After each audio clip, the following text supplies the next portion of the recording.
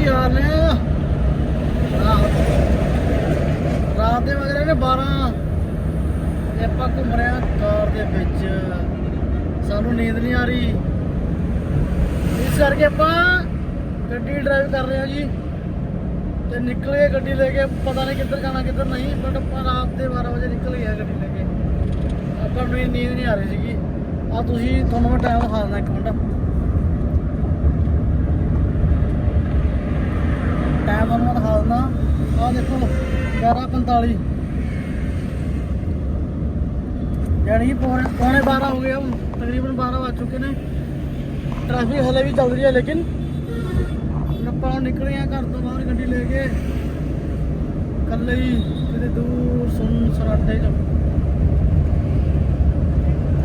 ਚਲੋ ਕਰਦੇ ਆਂ ਪਰ ਇੰਜੋਏ।